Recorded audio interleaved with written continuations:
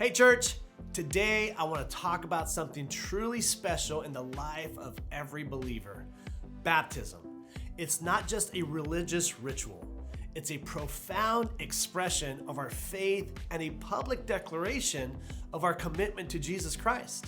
Baptism is often described as an outward expression of an inward transformation. Now you might wonder, why is this symbolic act so important? That's a great question. Baptism itself doesn't save us, but it serves as a defining moment in the life of a believer. Just like it says in 1 Peter chapter 3, verse 21. This was a prophetic picture of the immersion that now saves you. Not a bathing of the physical body, but rather the response of a good conscience before God through the resurrection of Jesus Christ. Following Jesus is a lifelong journey where we continually make the decision to do things God's way instead of our own. We all need accountability and people to walk alongside us in that journey. And baptism is an opportunity for our faith community to recognize and celebrate that decision. This is why here at South Hills, we don't have parents make the decision for our kids. Every individual needs to make their own decision of when they want to take this next step in their faith journey. So if you're considering baptism, I want to encourage you to pray about it. It's a profound and meaningful step on your journey of faith. When you are ready, we would love to help you take this next step.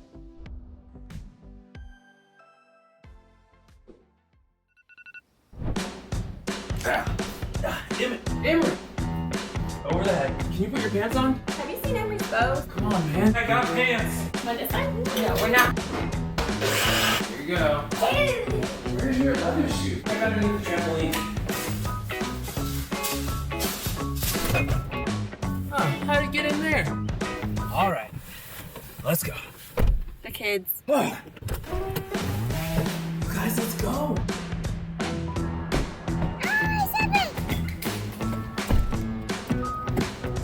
Every single way. We're so close.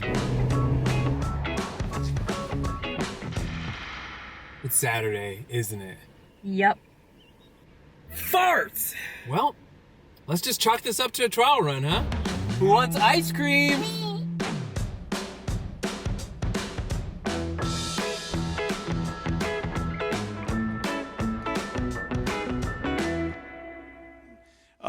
Week number 2, here's what we're talking about. Here's a lie that we tend to believe. If you don't agree with me, you don't accept me. Ooh, oh man, come on. You're going to have disagreements in family, right? All right, there's some people that, you just can't hang out with, right? OH! See, these Michigan fans, I don't agree with them, with all the stuff they're talking about, and we can't be friends. I don't agree with them. We cannot be friends. I do not accept them, right, as people because they're Michigan fans. We laugh at that, and we say that's a joke, but you guys know some people are serious. If there's a Michigan fan, you're out. Now, I was talking to my sister, which is funny because my brother-in-law is here, so it's his wife. My nephew is here, it's his mom. And we were talking last night, and she's like, yeah, I actually got in trouble with one of my cousins because they brought up Target. And they brought out boycott. And she's like, I got kicked out or I left. I don't know which one. And it's because they didn't agree with each other. One cousin saying, you have to have religious freedom, so you have to accept the satanic worshiper and his stuff in Target. You have to be tolerant of it. You have to accept it. And she's like, no, I don't. And you don't know my sister. She will kill you. She will stab you. She is very, I don't know how you made it this far, Ephraim. She is dangerous. That's the last person I would challenge is my sister. She was my littlest sister, but also the strongest sister. Craziest sister. Sorry, Emily, you're watching this, but you know it's true. You're the best. I love you. If I was ever going to get in a fight, I'm not calling my brother. I'm calling my sister. She's the best. But just because you can't agree, people think you don't accept them, and they're still cousins. Right? Guys, you can have disagreements about things and be friends and be family. Sports teams, people will write you off quick like we talked about. A restaurant, oh, you like that? Ugh, I don't know if we're going to be friends. I don't know if this is going to make it. TV shows, music artists, we do it with all kinds of things. And sometimes we say it kind of half joking, And sometimes it's not a joke at all. We're very serious. Kind of depends on really who's right and what we see as right. A lot of our friendships are based on interests, perspectives, commonalities, but some things are small enough that we can really overlook.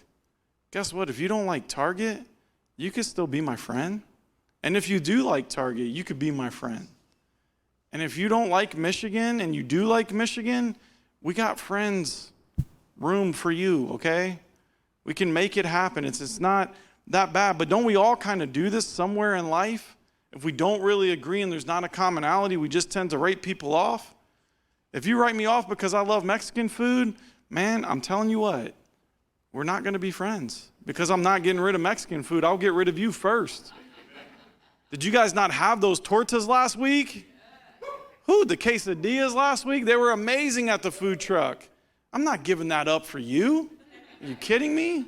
No, this can happen though. Look, we all do this.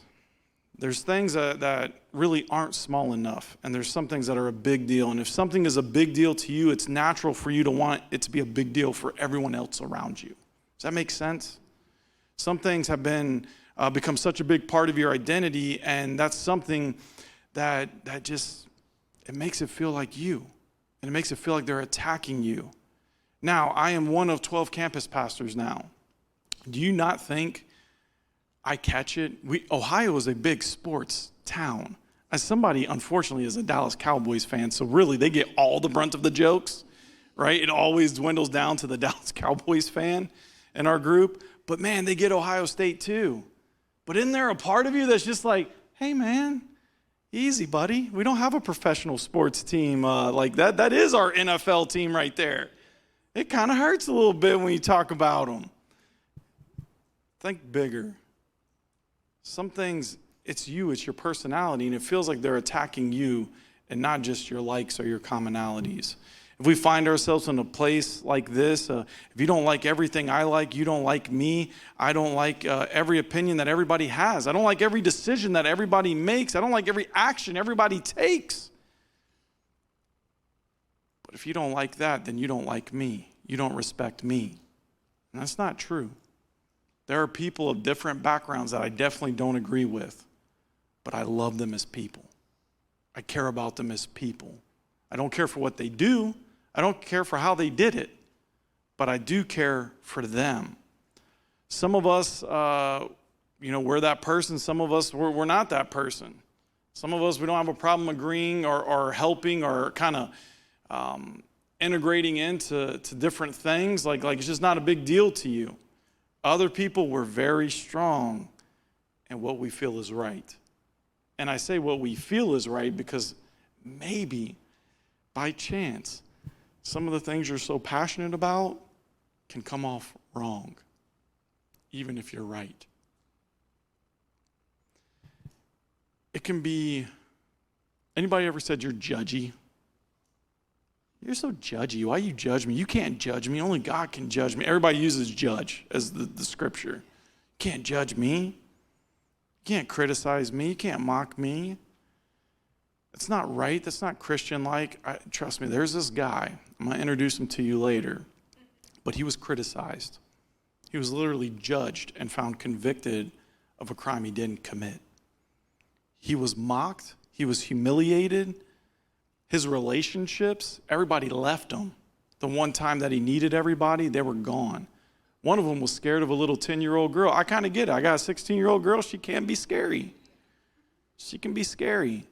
But a little 10-year-old girl said, hey, weren't you with this guy when he committed these crimes? No, not me. I didn't do that. Scared of a little 10-year-old girl. I'd have been like, hush your mouth. You know what I mean? There's things, guys, that we seem problematic. The thoughts are problematic. The feelings, it's crazy. How can we handle sadness, disappointment, anger, frustration, insecurity without being so judgy, without being so condemning? How do we express this? You express it with a smile. Do you know when people come to church, if you smile, they're a lot more likely to come back?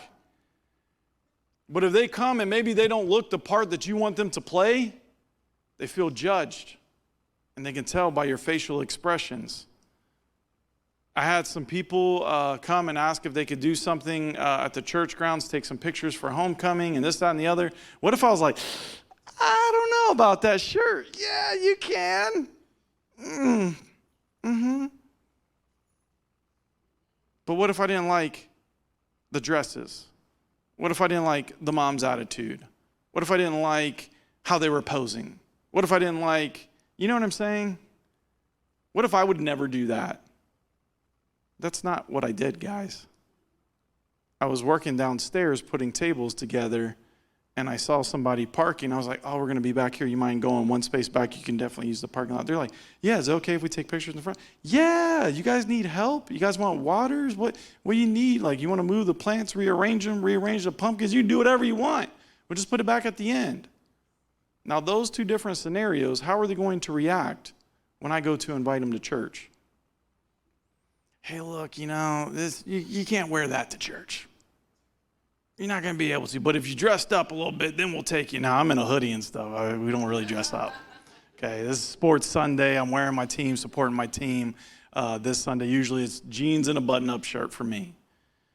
But some people, if you don't dress up, they ooh, what's wrong with them?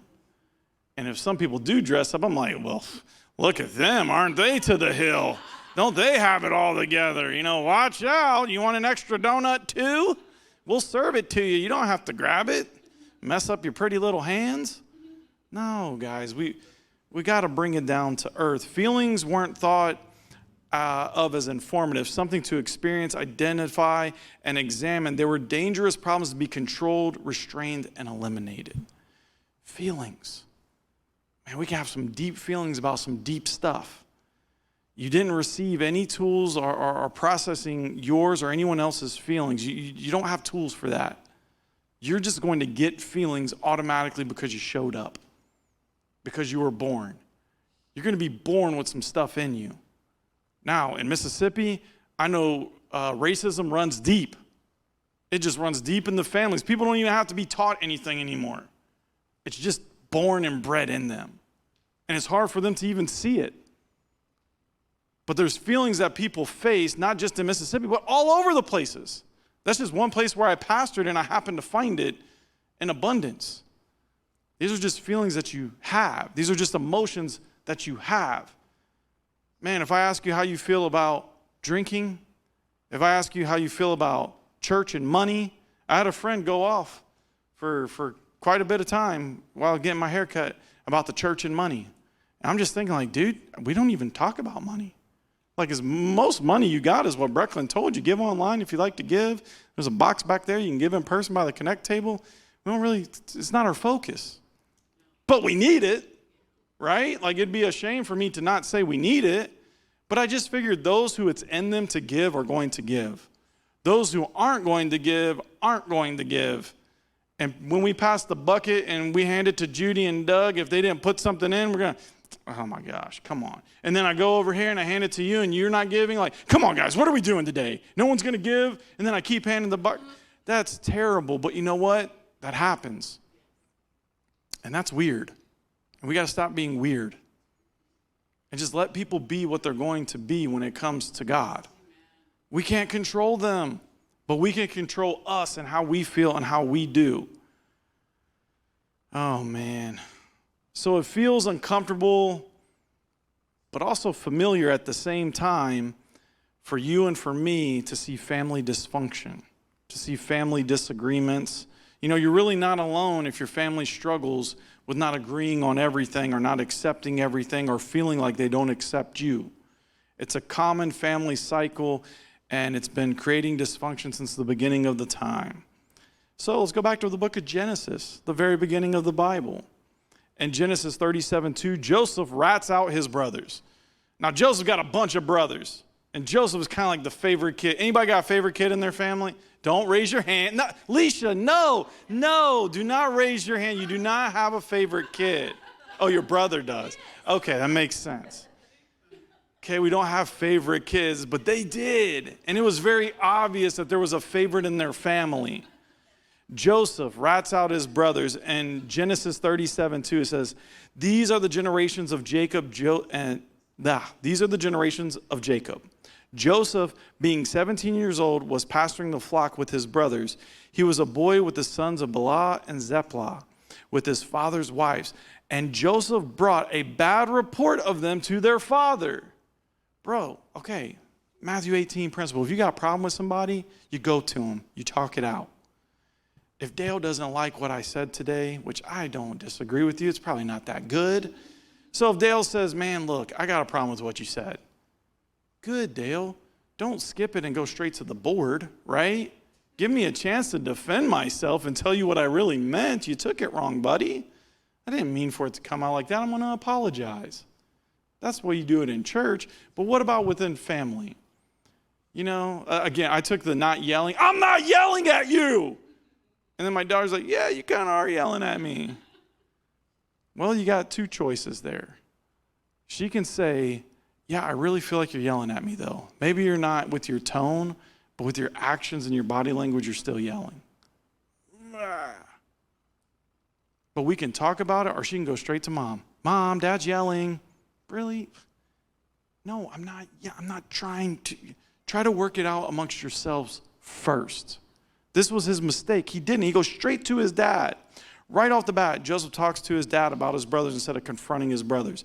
In Genesis 37:4, Joseph's brothers now hate him. It says, but when his brothers saw that their father loved him more than all the other brothers, they hated him and could not speak peacefully about him. Dude, you could have had this all resolved by just going to him and saying, like, look, guys, just chill out, okay? I'm just trying to work like everybody else is trying to work. Oh, I'm not pulling my weight? Well, I'm going to start pulling my weight, okay? Well, Dad just likes you more. Well, I'm going to talk to Dad then and tell him he needs to stop that. Whatever. Why are they like this? Because it's not safe to share what you really think and feel with family. And it's not just physically, but holistically, because this is more than one type of safety for people. If your family does not feel safe talking to you about their problems, you're never going to resolve them. Physical safety, you might not be afraid of being hit or shoved, but maybe you do feel like you're going to be disrespected. Maybe you do have physical safety. I could have you, and please do not raise your hands, but if I ask you to raise your hands if you've been physically abused in this room, it won't just be 3 or 4 people who raise their hands. It'll be more than you think, okay? So some people are physically abused, and some people say, I'll never physically abuse you, but maybe you'll mentally abuse them. So there's a physical safety, there's a mental safety that people look for, and you're not afraid of being humiliated or ridiculed or sharing your thoughts, are you? If you are, you probably are being mentally abused because they're not going to care anyways. It's all mental. What if they actually did care? If you express your thoughts, but you don't feel safe doing it. A spiritual safety, you're not afraid to question your faith, engage in spiritual practices together. A lot of people are. Yeah. There's a lot of people today. I was down here raising my hands. I don't know if you saw me. I don't care if you saw me. But I raised my hands for a couple reasons. One, it's like a child looking up to his father saying, hold me. It's me saying, Father, I'm so messed up and I'm here for forgiveness. I'm sorry. Like, I just want to raise my hands in honor. I do all this. Some of you don't do that because you're not spiritually secure. Because you want to raise your hand, but you don't because somebody might think something of you. What are they going to think, guys? It's in your own head. You're not spiritually secure, and it might be because somebody said, you shouldn't do that. You're just seeking attention. Attention is supposed to be on God, not you. I could care less because I need God in my life. I need him in a desperate way, and I'm so desperate. I'm saying, here I am, Lord, use me. And I hope you're doing the same thing. So let's notice what's not a safety disagreement or difference of opinion or discussion or even up for debate. A healthy relationship doesn't mean we agree on everything, but that we feel safe and secure enough to share anything. If you can do that in Family Month and for the rest of your lives, your family is going to be much more healthy. A healthy relationship doesn't mean we agree on everything. You don't have to, okay? My daughter and I can disagree. My sons and I can disagree. My wife and I, we can even disagree. But we need to feel safe and secure enough in sharing our disagreements. She can't just do whatever I say because I said so. She needs to know why, and we can work this thing out. Some of us, we experience the exact opposite. You grew up in a family with very much unspoken rules. If you did share it, they're going to get you. You're probably going to get a whooping, right? We don't say things like that. We don't do that. You don't question me. I get it to a point of the old school, like don't question your dad, don't question your mom.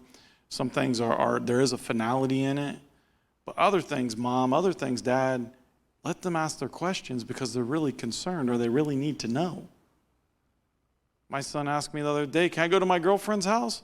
No. Why? Because I said so. No, that's not a good answer. Because I'm really tired. After church, I like to rest. You know that. We're going to have the chili cook-off. We're going to have sports inflatables. Then I'm doing nothing. I'm going to watch football and do mindless things. Okay, I'm going to relax. I'm not driving to Pickerington and back. Not going to happen. Not today. Any other day, I'm going to say yes. Because do you remember what it's like to be 12 years old and have a girlfriend? No, me either. Because I waited till I was like 17, 18. I don't know. Girls just did not. I was into basketball. I wanted a basketball scholarship. Poor girls. I just ignored them. So one day, Joseph has a dream. He's excited, and he decides to boldly share it with his family. How would that go in your family? God gave me this dream, especially if you know the rest of your brothers hate you with the passion. Their reaction demonstrates the reason that nobody in this family shares anything with anybody, really. In Genesis 37, 5, 9, and 10, Joseph shares his dreams, and he's rejected by his family. Think about this. It's a real situation. It's playing out. And every time he tries to share his feelings, something bad is happening. Every time people don't agree with them, they hate him. That's a lot for a kid to carry around, man. Especially when he's trying to figure things out and become a man. In Genesis 37:11, Joseph's father, he wonders about this dream. His brothers are jealous of his dream, and his father just doesn't understand it. And that's probably like a lot of our stories. Dad never understands. Mom never understands. Grandparents, are you understanding? Kids, are you understanding? It's not just the parents. Sometimes these things are happening, and he wonders about this dream, and he's sitting here and he's just thinking, what's going on? The narrator's sitting here saying, like, man, this guy's trying to talk about his feelings. They're not listening. 37, verses 12 and 13, the brothers are gone, and Jacob's sending Joseph to them, and Joseph's happy to go alone and see his brothers because he has no idea how they really feel about him. Nobody's excited to go where they're hated. Which means, although it was obvious to them, it wasn't to him. He didn't realize how much they really didn't like him.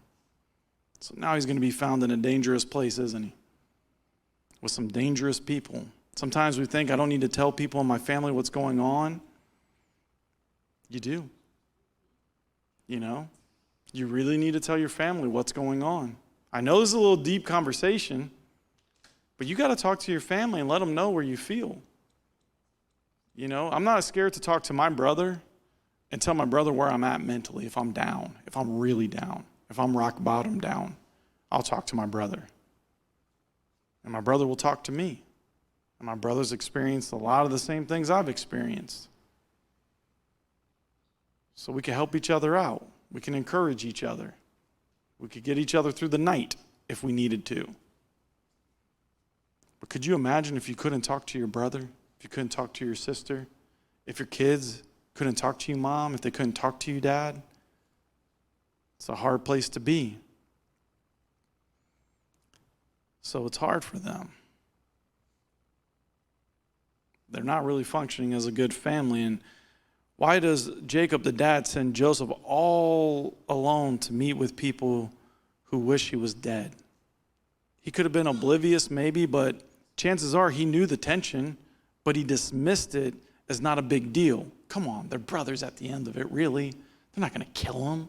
They're not going to sell him into slavery. They're not going to throw him into a pit. They're not going to leave him for dead. They're not going to pull off a big hoax. They're brothers. They get on each other's nerves, but they'll figure it out.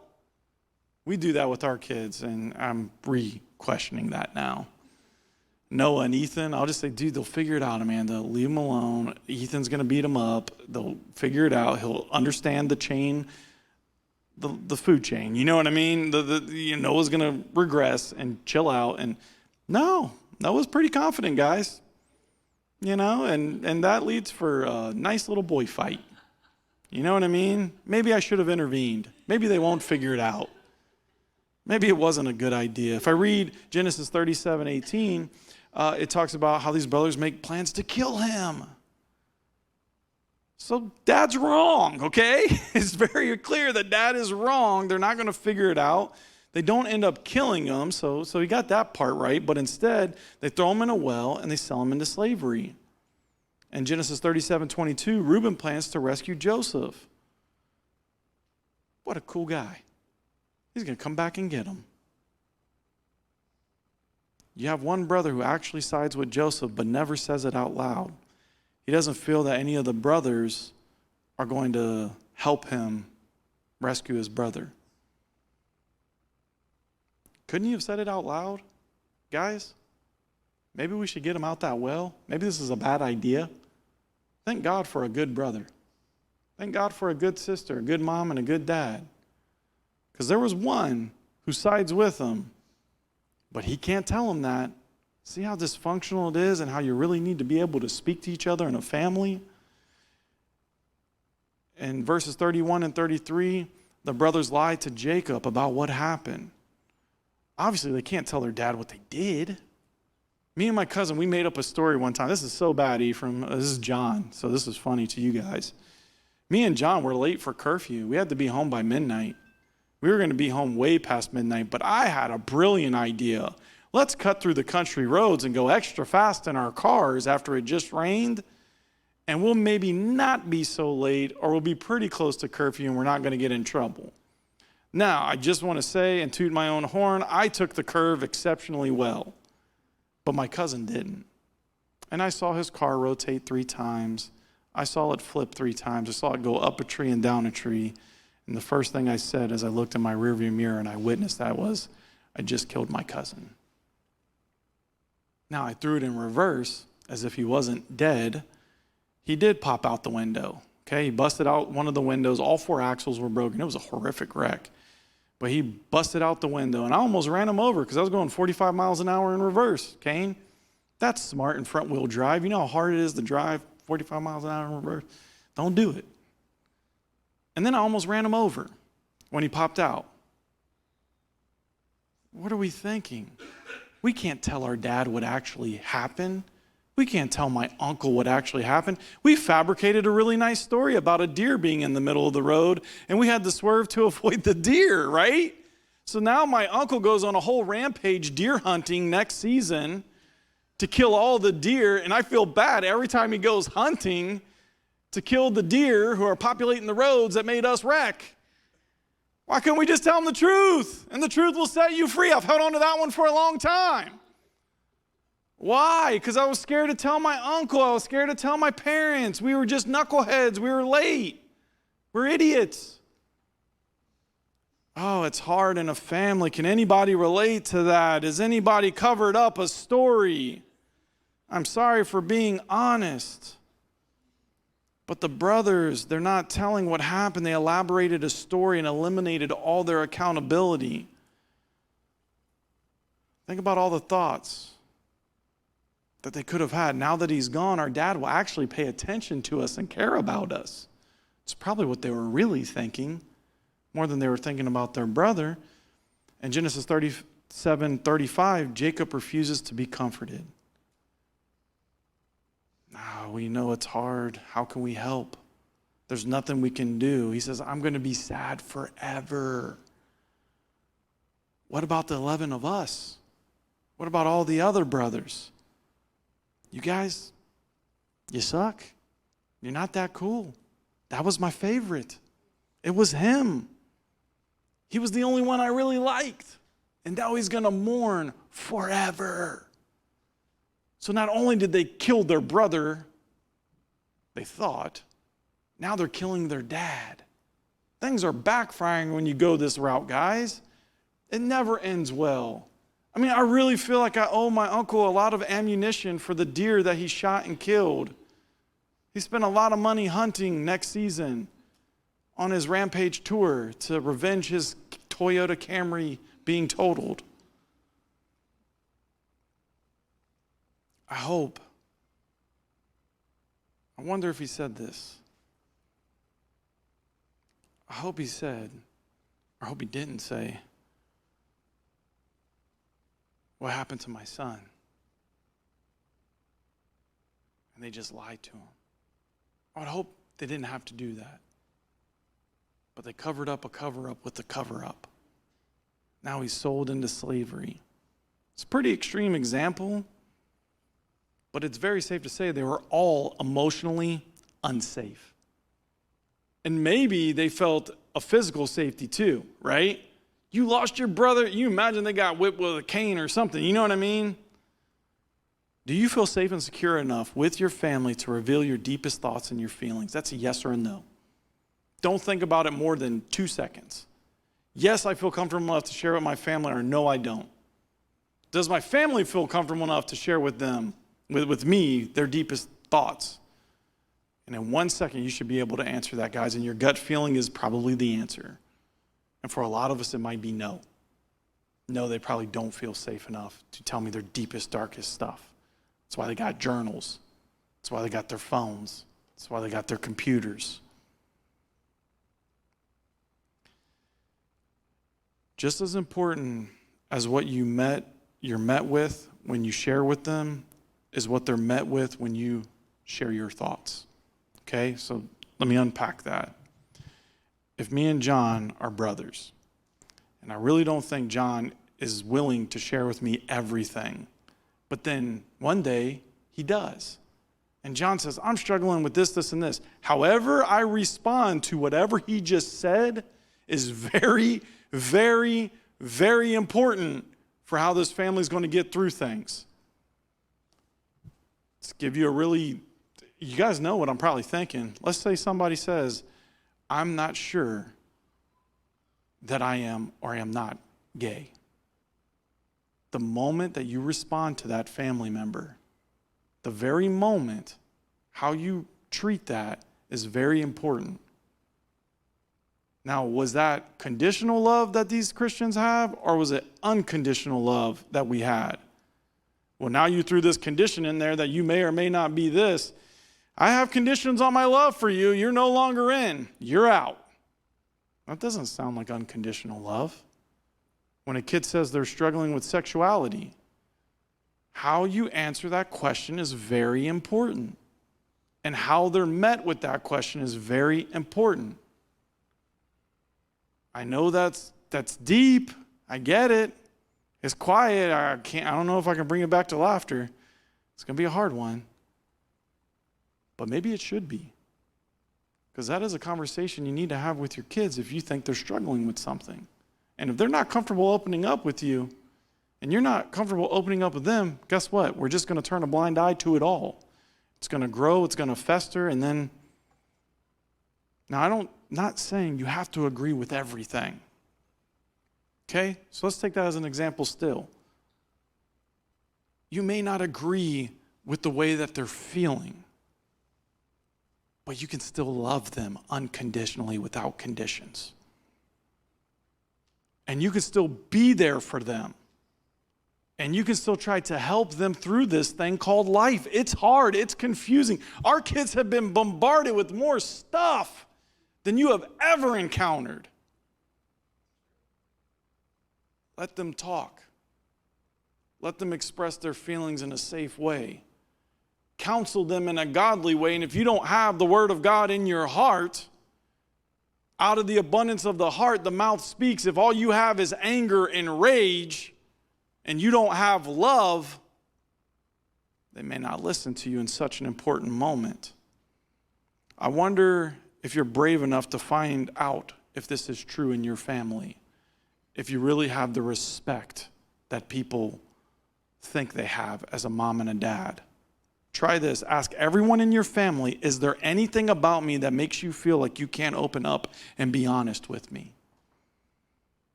Then, don't be defensive when they tell you what you don't want to hear. Ah! Chief, this is hard. This is a hard Sunday. Usually it's funny. Usually it's good. It's calm. It's relaxing here. But this is serious family matters. Guys, I love you enough to tell you the truth. If you can't ask your family, is there anything about me that makes you feel like you can't open up and be honest with me? You know, let's take our sons. Let's say they really make a mistake. I had a friend who called me one time. It was close to midnight. And they said, look, we did something stupid. It was actually like some contractor buddies of mine. They said, we did something really stupid. We drank. They were illegal. They didn't have IDs. And they were going to get their car repoed. But they said if somebody could come get their car, they would give them the car back and they wouldn't repo it. They said, I told them that you're my friend and you're a pastor and that we're going to say we're sorry for our sins.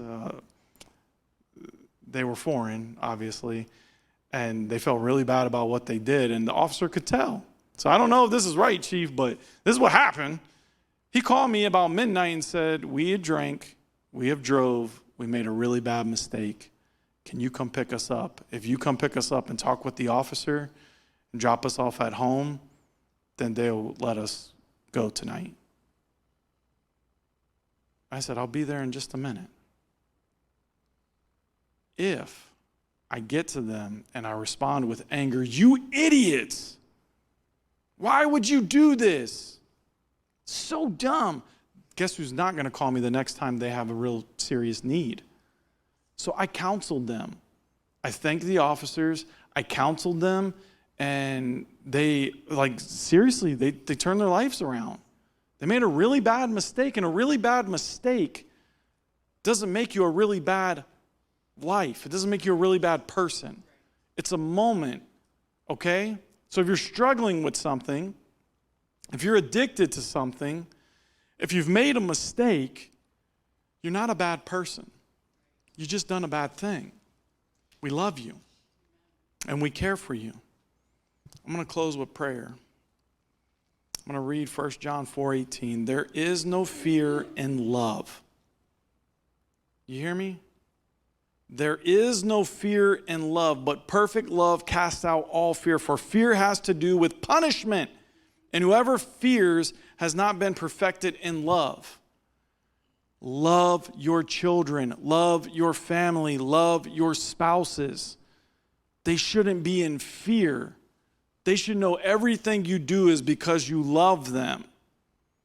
And I'm not saying you don't punish. Spare the rod, spoil the child. Favorite verse, right?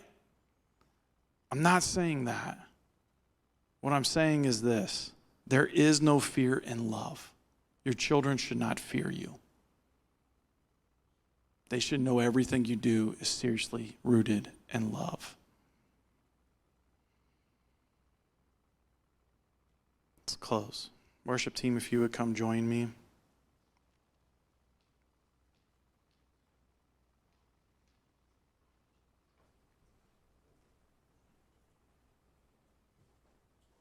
When someone's hurt you and you shut down, we've all been there. Do not worry about trying to reopen your heart to them.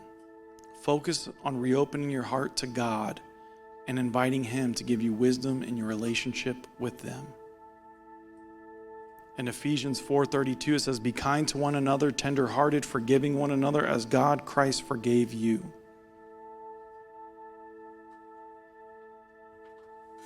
In James 1:19, it says, be quick to listen, slow to speak, and slow to get angry. Parents, as your kids open up, parents, as you open up to your kids, do not be angry. Be loving, be kind, be tender-hearted, be patient. I know this is a different transition, but around our world, some pretty crazy things are happening, right?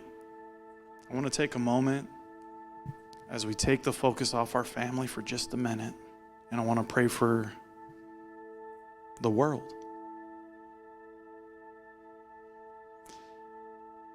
When the world struggles, it's not a time to talk politics, okay? Maybe there's going to be some questions your kids have to you about what's happening in Israel.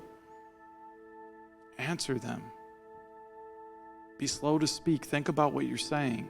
And be slow to anger, because some of this stuff might upset you, what's happening in Israel. So let me pray. And actually, Pastor Adam, one of our campus pastors, there's 12 of us, Pastor Adam crafted a prayer that I'm just going to read from if you guys will all close your eyes, because it was so beautifully written as an example. It says, God, we come before you with heavy hearts as we look around the world at the chaos erupting in Israel. So much of our faith and understanding of who you are and how you relate to humanity stems from this place. It holds a unique space in many of our hearts, and we know the conflict in the area is long, storied, and complicated. But we trust you as Lord over all. The suffering on every side breaks your heart. And because of your unending love for all of us, we know this hurts you. We're grateful that through Jesus, we're all your people. We're welcomed into your family. Help us understand this reality. God, give your divine wisdom and guidance to all those that are involved in this conflict. Bring peace, give strength and comfort to those living in a very real state of fear. Put an end to the violence, hatred, anger, bitterness, destruction, and war that has plagued these people for so long. Surface real solutions. Make your love and compassion for the hurting abundantly clear. We believe nothing is beyond your cross-centered, life-giving, resurrecting power. Bring deep healing to a people and a land that so desperately needs it. Father, as we talk about our own families, there's still a world that we live in around us. And this world is chaotic. Our families need stability. And I pray that our dads and our moms and our grandmas and our grandpas can bring that stability. This world needs stability. It needs world leaders that will step up and do the right things. We need God-fearing people.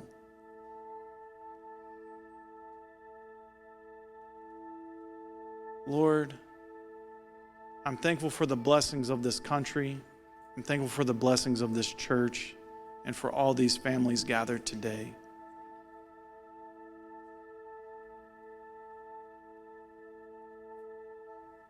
Father, as you begin to do heart surgery in our families, I pray that we peel back all the layers of hatred and malice.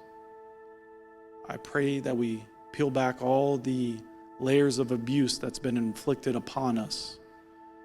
I pray for all those bad memories, our child molestations that haunt us, whatever it be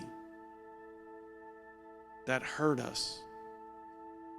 Peel back those layers so that we can feel love and that we can express love in a healthy manner to grow our families. In Jesus' name, amen. South Hills Church, I just want to take a moment and say thank you for watching our service online. Whether you're watching it for the first time or you're watching it again because you enjoyed the service so much from the weekend, I'd like to take a moment and dive into our giving.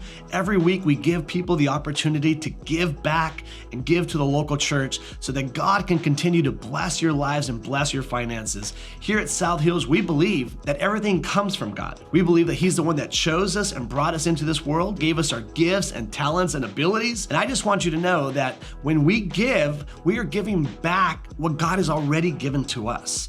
If you've ever seen any of our envelopes at a South Hills campus, you'll see on there that it says, every week at South Hills, your generosity is giving people the opportunity to live a better story. And there's a scripture on there in Matthew chapter 6, verse 21 that says, where your treasure is, there your heart will be also. So I want to encourage you today to click down below and set up your giving, whether it's for the first time or whether you're doing reoccurring giving. We have 4 ways to give here at South Hills. 1, you can do it in person at any of our campuses through an envelope. Or 2, you can actually text any amount that you would like to 84321. And the 3rd way is to download our Church Center app.